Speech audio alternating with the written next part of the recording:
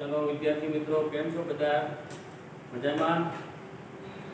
आज આપણે paper number 605 unit number 1 electromotive force શરૂ કર્યું છે।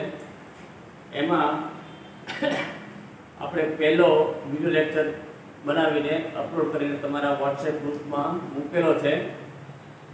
એમાંથી ઘણા બધા વિદ્યાર્થીઓ વિડિયો જોતા હોય છે। જે વિદ્યાર્થી આ પ્રકારના વિડિયો નથી જોતા તો એને ખાસ સૂચના આપવામાં આવે છે કે આ વિડિયો જોવા જરૂરી છે। ક્લાસરૂમ આપણે જ્યારે શરૂ થશે ત્યારે થોડું એનું રિવિઝન કરશું, પણ આ પ્રકારના વિડિયો લેક્ચર તમારે જોવા પડશે।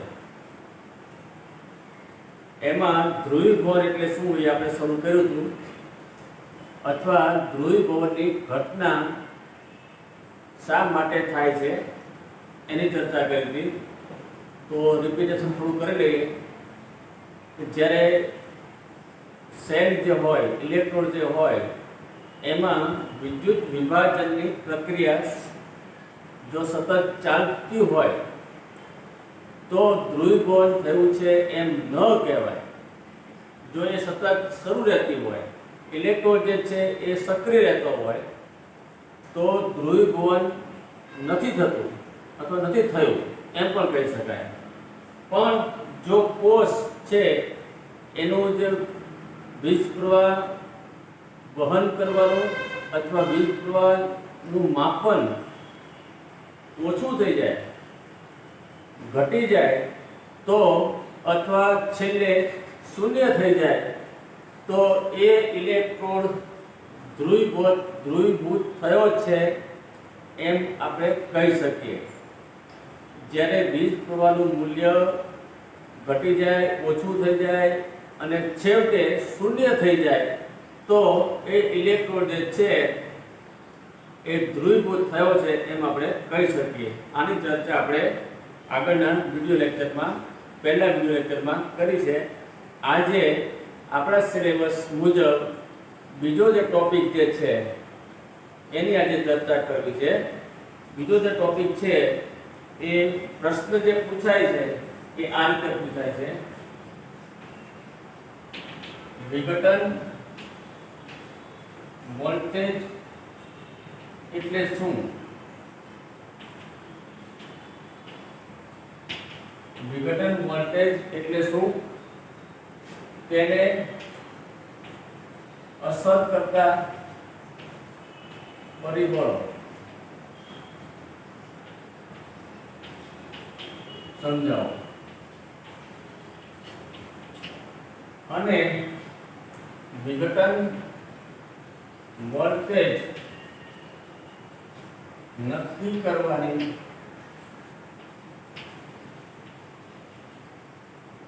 વિઘટન વોલ્ટેજનું મૂલ્ય નક્કી કરવાની પદ્ધતિ સમજાવો। તો EMFના આજના લેક્ચરની અંદર આજના વિડિયો લેક્ચરની અંદર આપણે વિઘટન વોલ્ટેજ એટલે શું, વિઘટન વોલ્ટેજ કઈ બાબતો ઉપર અથવા એના અસર કરતા પરિબળો અથવા કઈ બાબતો ઉપર આધાર રાખે છે, અને વિઘટન વોલ્ટેજનું મૂલ્ય નક્કી કરવાની પદ્ધતિ અથવા વિઘટન વોલ્ટેજ માપવાની પદ્ધતિ એમ પણ કહી શકીએ આપણે। વિઘટન વોલ્ટેજ માપવાની, મેઝરમેન્ટ ઓફ ઇલેક્ટ્રોપોટેન્શિયલ અથવા ડીકમ્પોઝિશન વોલ્ટેજ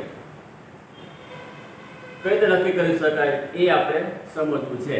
તો પહેલા આપણે વિઘટન વોલ્ટેજ એટલે શું એની ચર્ચા કરીએ।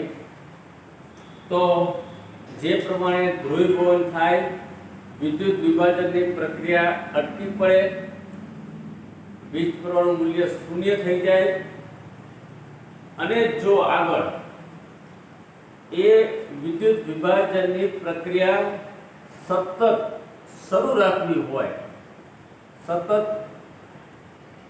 ચાલુ રહે એ પ્રકારની કરવી હોય, બે સેલ મારફતે વિદ્યુત વિભાજનની પ્રક્રિયા અટકી ગઈ હોય અને આપણે એને શરૂ રાખવી હોય, કન્ટિન્યુ રાખવી હોય, તો એમાં એનો જે સૈદ્ધાંતિક EMF જે હોય, કોઈ પણ સેલ જે હોય એનો થિયોરિટિકલ EMF નું મૂલ્ય હોય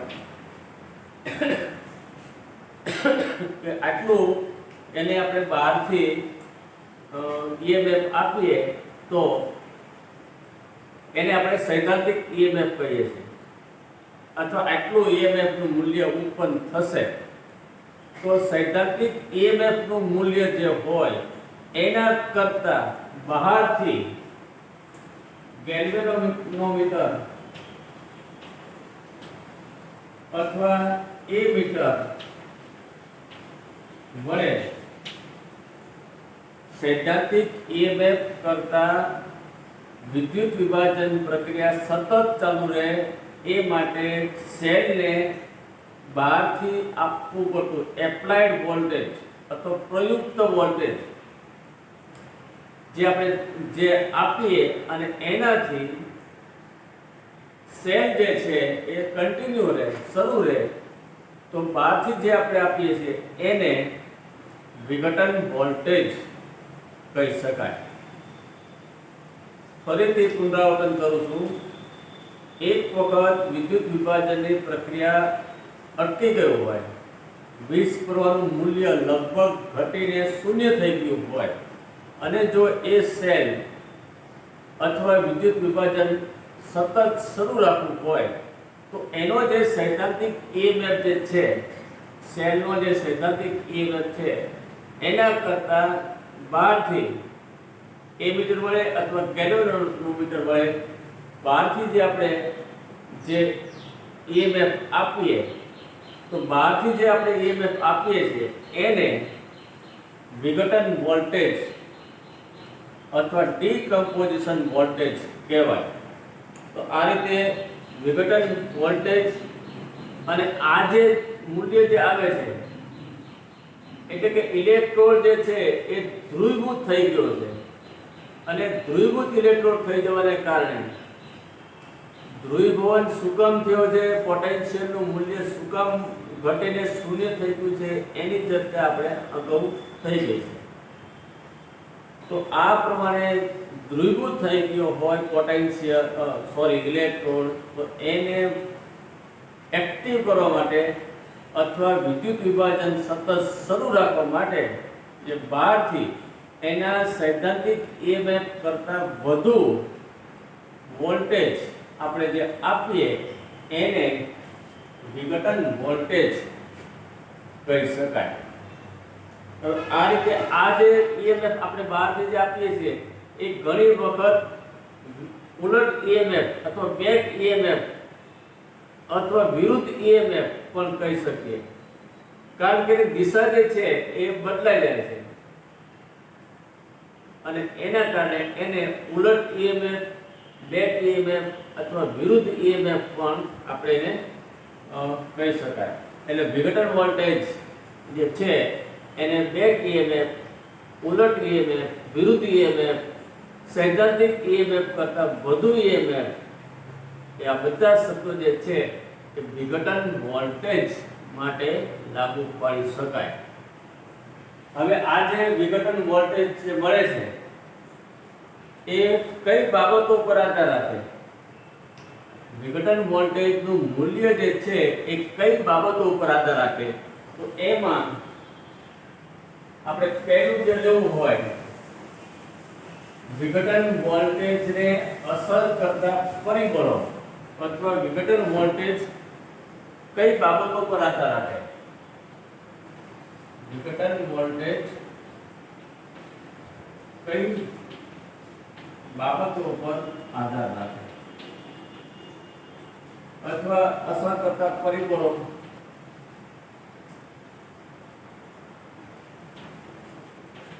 પણ કહી શકાય. વિઘટન વોલ્ટેજનું મૂલ્ય જે છે એ કઈ બાબતો પર આધાર રાખે? તો પહેલું, ઇલેક્ટ્રોડ ની ચાર્જ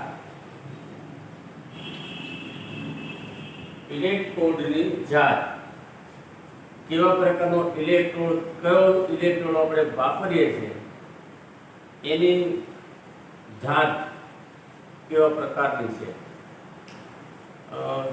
સક્રિય ધાતુ તત્વોનો ઇલેક્ટ્રોડ છે, નિષ્ક્રિય ધાતુ તત્વોનો ઇલેક્ટ્રોડ છે, વાયુ ઇલેક્ટ્રોડ છે, સંદર્ભ ઇલેક્ટ્રોડ છે, દર્શક ઇલેક્ટ્રોડ છે. જે આપણે વિદ્યુત વિભાજન કરવા માટે જે ઇલેક્ટ્રોડનો ઉપયોગ કરીએ છીએ એની પેટર્ન અથવા કઈ ટાઈપનો છે એના ઉપર વિઘટન વોલ્ટેજનું મૂલ્ય આધાર રાખે છે, અથવા ઇલેક્ટ્રોડની જે જાત જે છે, ટાઈપ ઓફ ઇલેક્ટ્રોડ, એ વિઘટન વોલ્ટેજ ઉપર અસર કરે છે. હવે બીજું ઇલેક્ટ્રોલાઇટ એટલે વિદ્યુત વિભાજન દ્રાવણ.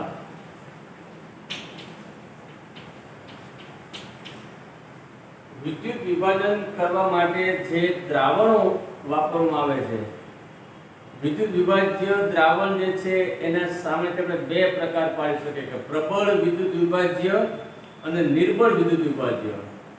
આપણે વિદ્યુત વિભાજ્યનું જે દ્રાવણ જે છે, દાખલા તરીકે H2SO4 નો જે આપણે ઉપયોગ કર્યો છે એ H2SO4 એ પ્રબળ વિદ્યુત વિભાજ્ય છે.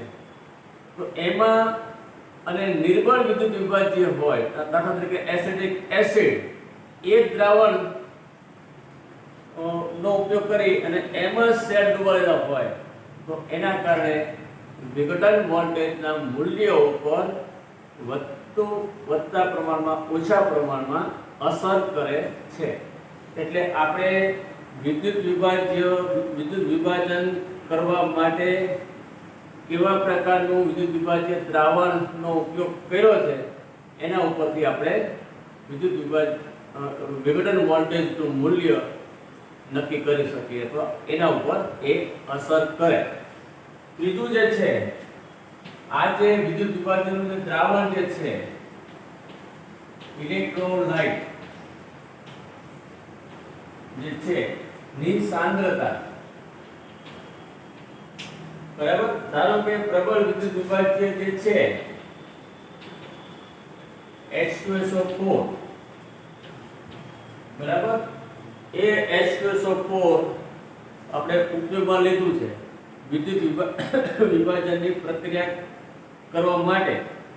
પણ આ જે પ્રબળ વિદ્યુત વિભાજ્ય છે, પણ આ જે H2SO4 જે છે એની સાંદ્રતા આ 1 નોર્મલ છે, 2 નોર્મલ છે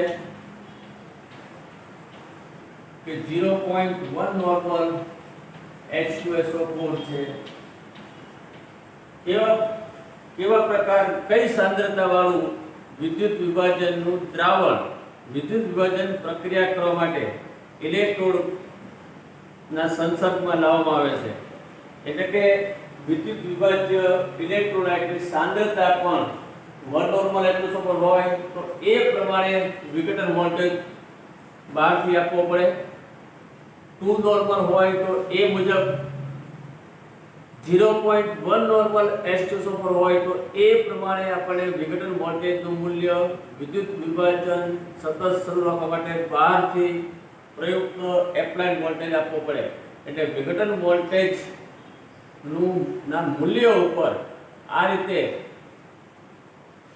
પેલા ઇલેક્ટ્રોલાઇટ જે દ્રાવણ છે એ અસર કરે છે, અને એના પછી એની સાંદ્રતા જે છે એ પણ અસર કરે છે. અને ત્રીજું જે છે પૃષ્ઠ અસરો, સરફેસ ઇફેક્ટ. એટલે કે લીસી સપાટી વાળો ઇલેક્ટ્રોડ છે, ચળકતો એની જે ઇલેક્ટ્રોડ જે છે એ ઇલેક્ટ્રોડ લીસી સપાટી વાળો હોઈ શકે, એકદમ ચળકતો હોય એ પ્રકારે હોઈ શકે, ખરબચડો હોય એ પ્રમાણે હોઈ શકે. આપણે પૃષ્ઠ સપાટી, ઇલેક્ટ્રોડની પૃષ્ઠ સપાટી કેવા પ્રકારની છે એના ઉપરથી આપણે બહારથી એટલે કે વિઘટન વોલ્ટેજનું મૂલ્ય આ પ્રકારના ઇલેક્ટ્રોડ જે છે ઉપયોગમાં લેવામાં આવતા ઇલેક્ટ્રોડની પૃષ્ઠ અસરો સરફેસ ઇફેક્ટ, લીસી સપાટી હોય, ચળકતી સપાટી હોય, ખરબચડી સપાટી છે, કેવો પ્રકારનો ઇલેક્ટ્રોડ છે એના ઉપરથી વિઘટન વોલ્ટેજનું મૂલ્ય આપણે નક્કી કરી શકીએ. એટલે આપણે જે વિઘટન વોલ્ટેજ આપીએ છીએ એ ઇલેક્ટ્રોનની પેટર્ન એટલે કે સક્રિય ધાતુ તત્વનો છે, નિષ્ક્રિય ધાતુ ધ્રુવનો છે, વાયુ ધ્રુવ છે, એના ઉપરથી વિઘટન વોલ્ટેજનું મૂલ્ય નક્કી થઈ શકે. પછી જે દ્રાવણમાં અથવા જેના સંસર્ગમાં ઇલેક્ટ્રોડ ડૂબાડેલા હોય એ વિદ્યુત વિભાજનનું જે દ્રાવણ જે છે એ પણ વિઘટન વોલ્ટેજના મૂલ્ય ઉપર અસર કરે છે. પછી એ જે ઇલેક્ટ્રોલાઇટ અથવા વિદ્યુત વિભાજન દ્રાવણ જે છે એ કઈ સાંદ્રતા વાળું 1 normal H2SO4, 2 normal H2SO4, 0.1 normal H2SO4 એવા વિદ્યુત વિભાજન દ્રાવણની કઈ સાંદ્રતામાં આ જે ઇલેક્ટ્રોડ ડૂબાડેલા છે એના ઉપરથી વિઘટન વોલ્ટેજનું મૂલ્ય આપણને મળી શકે. અને બીજું અને છેલ્લું ચોથું જે કારણ જે છે ચોથી જે ઇફેક્ટ જે છે એ ઇલેક્ટ્રોડ ઉપયોગમાં લીધેલા ઇલેક્ટ્રોડની પૃષ્ઠ સપાટી કેવી છે, બહારની સપાટી કેવી છે, લીસી છે, ચળકતી છે, ખરબચડી છે, એના ઉપરથી કેવા પ્રમાણમાં ધ્રુવીભવન થશે અને કેવા પ્રમાણમાં વિઘટન વોલ્ટેજનું મૂલ્ય આપણને મળશે. તો અહીંયા આગળ આપણે બે પ્રશ્નોની ચર્ચા આ વિડિયો લેક્ચરમાં કરીએ છીએ. વિઘટન વોલ્ટેજ એટલે શું અને વિઘટન વોલ્ટેજને અસર કરતા પરિબળો. આ બે બાબતોની આપણે આ વિડિયો લેક્ચરમાં ચર્ચા કરીએ છીએ. આવતીકાલે હવે પછી વિઘટન વોલ્ટેજ માપવાની રીતો અથવા પદ્ધતિઓ એ હવે પછીના આપણે વિડિયો લેક્ચરમાં મૂકશું. કારણ કે બહુ મોટો વિડિયો લેક્ચર થાય છે તો ઘણી વખત ત્યાં આગળ વિદ્યાર્થીના પ્રશ્નો આવે છે કે સર બહુ મોટો વિડિયો બની જાય છે અને એના કારણે આપણે આ નાનો વિડિયો લેક્ચર બનાવ્યો છે અને અહીંયા આગળ વિઘટન વોલ્ટેજ એટલે શું અને વિઘટન વોલ્ટેજને અસર કરતા પરિબળો આ બે બાબતો સમજાવી છે. હવે પછીના વિડિયો લેક્ચરની અંદર આ જે વિઘટન વોલ્ટેજ છે એ માપવાની રીત અથવા મેજરમેન્ટ ઓફ ડીકમ્પોઝિશન વોલ્ટેજ આ આપણે પ્રશ્નની ચર્ચા કરશું. 7 પાસનો પ્રશ્ન પૂછે ત્યારે વિઘટન વોલ્ટેજ એટલે શું, વિઘટન વોલ્ટેજને અસર કરતા પરિબળો સમજાવો અને વિઘટન વોલ્ટેજ માપવાની પદ્ધતિ સમજાવો. એ 7 માર્ક્સનો પ્રશ્ન આપણે પૂછાઈ શકે છે. એટલે એ મુજબ હોય છે. અહીંયા આગળ આપણે બે ટોપિકની ચર્ચા કરી છે. ત્રીજા ટોપિકની ચર્ચા આવતીકાલે ત્રીજા વિડિયો લેક્ચરની અંદર આપણે કરીશું. ઓકે.